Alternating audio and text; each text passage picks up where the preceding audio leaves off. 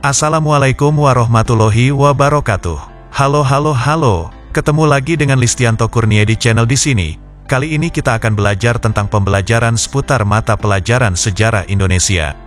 Lebih tepatnya di bab 3 bagian 3, yaitu proses masuknya agama dan kebudayaan Hindu dan Buddha serta pengaruhnya terhadap kehidupan masyarakat Indonesia.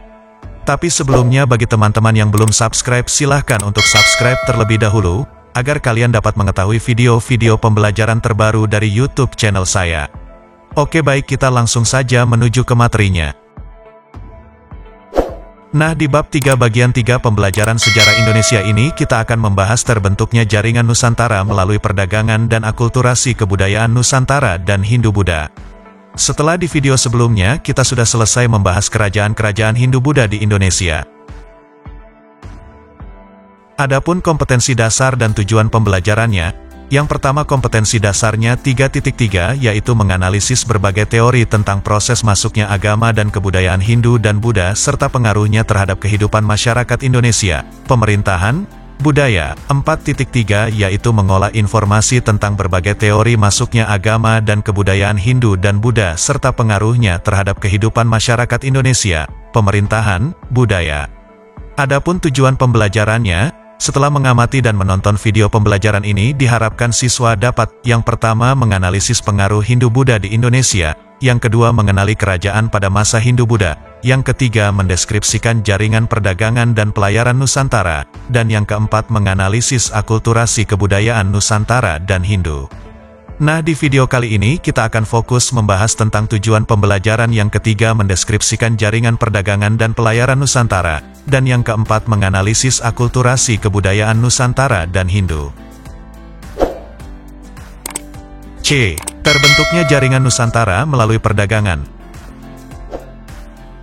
Pusat-pusat integrasi Nusantara berlangsung melalui penguasaan laut. Pusat-pusat integrasi itu selanjutnya ditentukan oleh keahlian dan kepedulian terhadap laut, sehingga terjadi perkembangan baru, setidaknya dalam dua hal, yaitu, 1. Pertumbuhan jalur perdagangan yang melewati lokasi-lokasi strategis di pinggir pantai, dan 2. Kemampuan mengendalikan, kontrol, politik dan militer para penguasa tradisional, raja-raja, dalam menguasai jalur utama dan pusat-pusat perdagangan di Nusantara. Jadi, prasyarat untuk dapat menguasai jalur dan pusat perdagangan ditentukan oleh dua hal penting, yaitu perhatian atau cara pandang, dan kemampuan menguasai lautan. Jalur-jalur perdagangan yang berkembang di Nusantara sangat ditentukan oleh kepentingan ekonomi pada saat itu dan perkembangan rute perdagangan dalam setiap masa yang berbeda-beda. Jika pada masa praaksara hegemoni budaya dominan datang dari pendukung budaya Austronesia di Asia Tenggara Daratan, maka pada masa perkembangan Hindu-Buddha di Nusantara terdapat dua kekuatan peradaban besar, yaitu Cina di utara dan India di bagian barat daya. Keduanya merupakan dua kekuatan superpower pada masanya dan mempunyai pengaruh amat besar terhadap penduduk di Kepulauan Indonesia. Bagaimanapun, peralihan rute perdagangan dunia ini telah membawa berkah tersendiri bagi masyarakat dan suku bangsa di Nusantara. Mereka secara langsung terintegrasi ke dalam jaringan perdagangan dunia pada masa itu. Selat Malaka menjadi penting sebagai pintu gerbang yang menghubungkan antara pedagang-pedagang Cina dan pedagang-pedagang India. Pada masa itu, Selat Malaka merupakan jalur penting dalam pelayaran dan perdagangan bagi pedagang yang melintasi bandar-bandar penting di sekitar Samudra Indonesia dan Teluk Persia. Selat itu merupakan jalan laut yang menghubungkan Arab dan India di sebelah barat Laut Nusantara, dan dengan Cina di sebelah timur Laut Nusantara. Jalur ini merupakan pintu gerbang pelayaran yang dikenal dengan nama Jalur Sutra. Penamaan ini digunakan sejak abad pertama Masehi hingga abad ke-16 Masehi, dengan komoditas kain sutera yang dibawa dari Cina untuk diperdagangkan di wilayah lain. Ramainya rute pelayaran ini mendorong timbulnya bandar-bandar penting di sekitar jalur, antara lain Samudra Pasai, Malaka, dan kota Cina, Sumatera Utara sekarang. Kehidupan penduduk di sepanjang Selat Malaka menjadi lebih sejahtera oleh proses integrasi perdagangan dunia yang melalui jalur laut tersebut. Mereka menjadi lebih terbuka secara sosial ekonomi untuk menjalin hubungan niaga dengan pedagang-pedagang asing yang melewati jalur itu. Di samping itu, masyarakat setempat juga semakin terbuka oleh pengaruh-pengaruh budaya luar. Kebudayaan India dan Cina ketika itu jelas sangat berpengaruh terhadap masyarakat di sekitar Selat Malaka. Bahkan sampai saat ini pengaruh budaya terutama India masih dapat kita jumpai pada masyarakat sekitar Selat Malaka. Selama masa Hindu-Buddha di samping kian terbukanya jalur niaga Selat Malaka dengan perdagangan dunia internasional, jaringan perdagangan dan budaya antar bangsa dan penduduk di Kepulauan Indonesia juga berkembang pesat terutama karena terhubung oleh jaringan Laut Jawa hingga Kepulauan Maluku.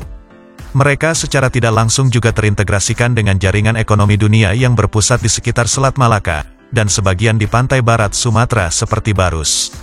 Komoditas penting yang menjadi barang perdagangan pada saat itu adalah rempah-rempah, seperti kayu manis, cengkih, dan pala. Pertumbuhan jaringan dagang internasional dan antar pulau telah melahirkan kekuatan politik baru di Nusantara. Peta politik di Jawa dan Sumatera abad ke-7, seperti ditunjukkan oleh D.G.E. Hall, bersumber dari catatan pengunjung Cina yang datang ke Sumatera. Dua negara di Sumatera disebutkan, Molo Yeu, Melayu, di pantai timur, tepatnya di Jambi sekarang di muara Sungai Batanghari. Agak ke selatan dari itu terdapat Celi Foce, pengucapan cara Cina untuk kata bahasa Sanskerta, Sriwijaya. Di Jawa terdapat 3 kerajaan utama, yaitu di ujung barat Jawa, terdapat Tarumanegara, dengan rajanya yang terkemuka Purnawarman, di Jawa bagian tengah ada Holing, Kalingga, dan di Jawa bagian timur ada Singhasari dan Majapahit. Selama periode Hindu-Buddha, kekuatan besar Nusantara yang memiliki kekuatan integrasi secara politik, sejauh ini dihubungkan dengan kebesaran kerajaan Sriwijaya, Singhasari, dan Majapahit. Kekuatan integrasi secara politik di sini maksudnya adalah kemampuan kerajaan-kerajaan tradisional tersebut dalam menguasai wilayah-wilayah yang luas di Nusantara di bawah kontrol politik secara longgar dan menempatkan wilayah kekuasaannya itu sebagai kesatuan-kesatuan politik di bawah pengawasan dari kerajaan-kerajaan tersebut. Dengan demikian, pengintegrasian antar pulau secara lambat laun mulai terbentuk. Kerajaan utama yang disebutkan di atas berkembang dalam periode yang berbeda-beda. Kekuasaan mereka mampu mengontrol sejumlah wilayah Nusantara melalui berbagai bentuk media. Selain dengan kekuatan dagang, politik, juga kekuatan budayanya, termasuk bahasa. Interelasi antara aspek-aspek kekuatan tersebut yang membuat mereka berhasil mengintegrasikan Nusantara dalam pelukan kekuasaannya.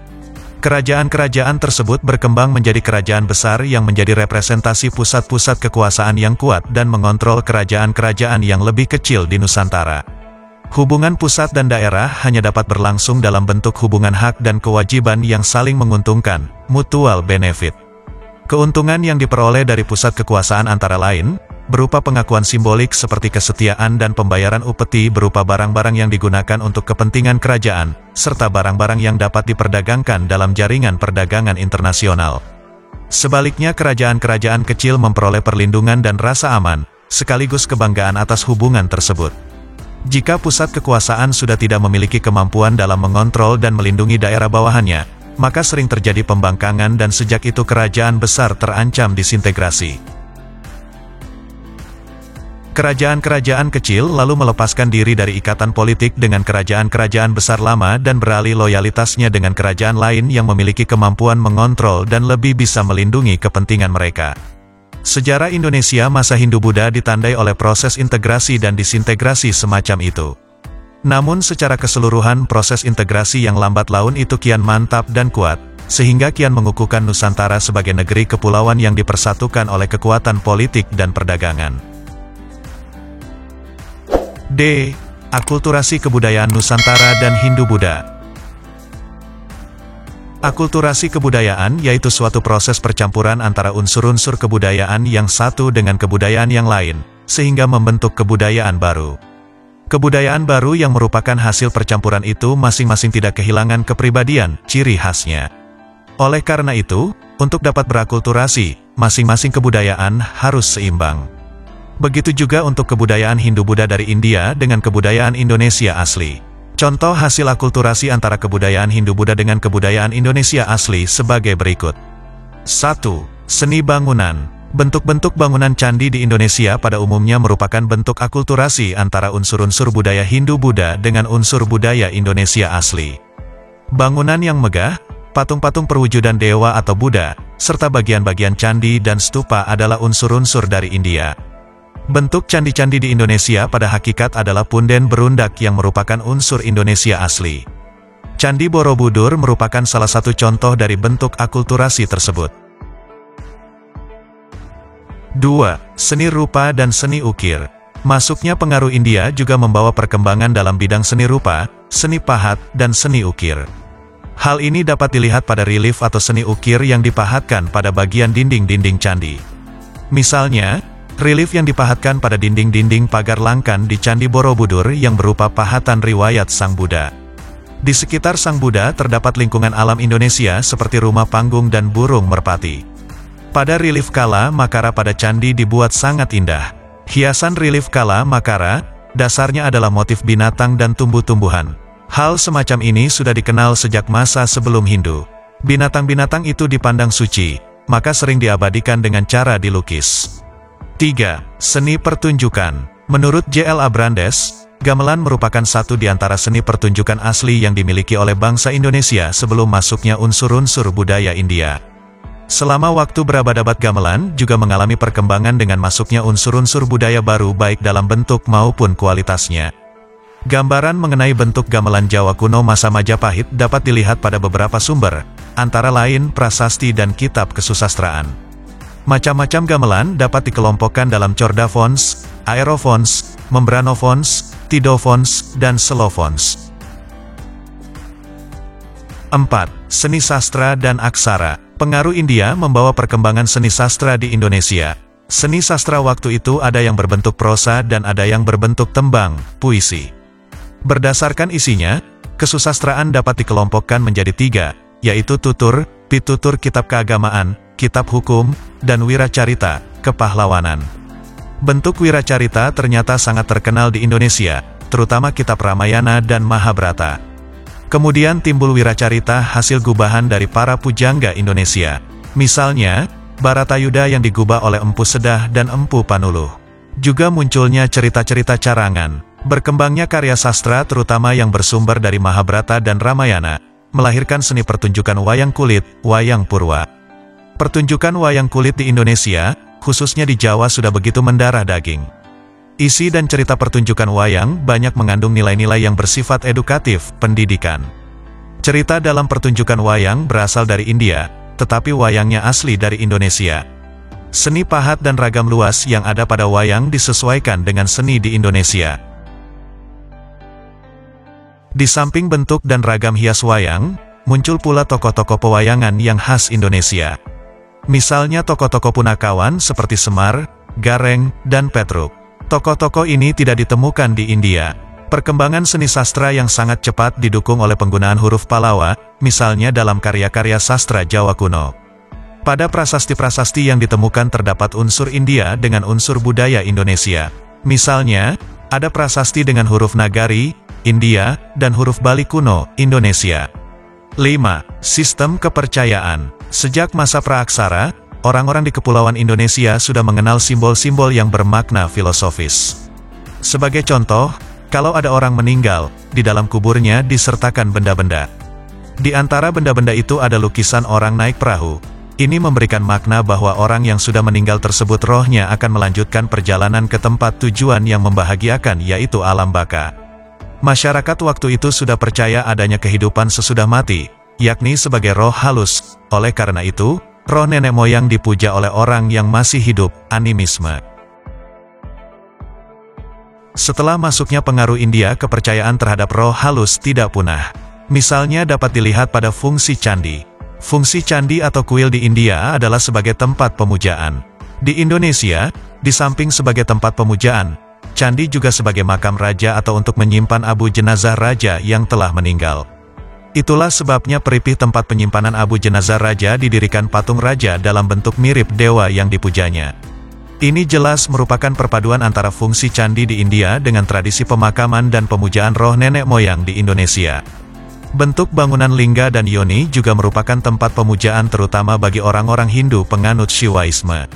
Lingga adalah lambang dewa Shiva. Secara filosofis lingga dan yoni adalah lambang kesuburan dan lambang kemakmuran. Lingga lambang laki-laki dan yoni lambang perempuan. 6. Sistem pemerintahan. Setelah datangnya pengaruh India di Kepulauan Indonesia, dikenal adanya sistem pemerintahan secara sederhana. Pemerintahan yang dimaksud adalah semacam pemerintah di suatu desa atau daerah tertentu. Rakyat mengangkat seorang pemimpin atau semacam kepala suku. Orang yang dipilih sebagai pemimpin biasanya orang yang sudah tua, senior, arif, dapat membimbing, memiliki kelebihan-kelebihan tertentu termasuk dalam bidang ekonomi, berwibawa, serta memiliki semacam kekuatan gaib, kesaktian. Setelah pengaruh India masuk, maka pemimpin tadi diubah menjadi raja dan wilayahnya disebut kerajaan. Hal ini secara jelas terjadi di Kutai. Salah satu bukti akulturasi dalam bidang pemerintahan, misalnya seorang raja harus berwibawa dan dipandang bila sang raja memiliki kekuatan gaib seperti pada pemimpin masa sebelum Hindu-Buddha. Karena raja memiliki kekuatan gaib, maka oleh rakyat raja dipandang dekat dengan dewa. Raja kemudian disembah, dan kalau sudah meninggal, rohnya dipuja-puja. 7. Arsitektur. Bentuk akulturasi budaya lain yang dapat dilihat hingga saat ini adalah arsitektur pada bangunan-bangunan keagamaan. Bangunan keagamaan berupa candi atau arca sangat dikenal pada masa Hindu-Buddha. Hal ini terlihat pada sosok bangunan sakral peninggalan Hindu seperti Candi Sewu, Candi Gedung Songo, dan masih banyak lagi. Juga bangunan pertapaan, wihara merupakan bangunan berundak. Bangunan ini dapat dilihat pada beberapa candi Pelaosan, Candi Jalatunda, Candi Tikus, dan masih banyak lagi. Bentuk lain berupa stupa berundak yang dapat dilihat pada bangunan Borobudur. Di samping itu juga terdapat bangunan gua, seperti Gua Selomangkleng Kediri, dan Gua Gajah. Bangunan lainnya dapat berupa gapura paduraksa seperti Candi Bajang Ratu, Candi Jedong, dan Candi Plumbangan. Untuk memahami lebih lanjut baca buku Agus Amunandar, Sejarah Kebudayaan Indonesia. Bangunan suci berundak itu sebenarnya sudah berkembang subur dalam zaman praaksara, sebagai penggambaran dari alam semesta yang bertingkat-tingkat. Tingkat paling atas adalah tempat persemayaman roh nenek moyang. Punden berundak itu menjadi sarana khusus untuk persembahyangan dalam rangka pemujaan terhadap roh nenek moyang. Pemikiran dasar dan filsafat yang melandasi kepercayaan ini terus hidup di dalam alam kehidupan, meskipun tidak begitu tampil di permukaan. Sebagai lokal jenius yang menentukan arah perkembangan kebudayaan Indonesia dalam mengolah pengaruh Hindu-Buddha, maka unsur-unsur praaksara itu makin nampak pengaruhnya. Ungkapan-ungkapan seperti candi, misalnya dipahami maknanya hanya sebagai pemujaan roh nenek moyang. Alas atau kaki candi berbentuk persegi, bujur sangkar, berketinggian menyerupai batur dan dicapai melalui tangga yang langsung dapat menuju bilik candi. Di tengah kaki candi terdapat perigi tempat menanam peripih. Bagian kaki candi disimbolkan sebagai burloka dalam ajaran Hindu atau kamaloka dalam ajaran Buddha. Denah bagian tubuh candi pada umumnya berdimensi lebih kecil dari alasnya, sehingga membentuk serambi. Bagian tubuh ini dapat berbentuk kubus atau silinder yang berisi 1 atau 4 bilik.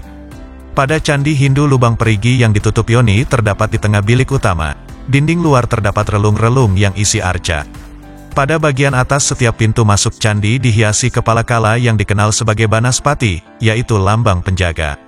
Bagian atap candi selalu terdiri dari susunan tingkatan yang mengkecil ke atas, dan diakhiri dengan mahkota. Mahkota ini dapat berupa stupa, lingga, ratna, atau berbentuk kubus. Bagian atap candi disimbolkan sebagai tempat persemayaman dewa. Khusus untuk candi-candi Buddha menggunakan stupa sebagai elemennya. Secara keseluruhan candi menggambarkan hubungan makrokosmos atau alam semesta yang dibagi menjadi 3, yaitu alam bawah tempat manusia yang masih mempunyai nafsu, alam antara tempat manusia telah meninggalkan keduniawian dan dalam keadaan suci menemui Tuhannya, dan alam atas tempat dewa-dewa.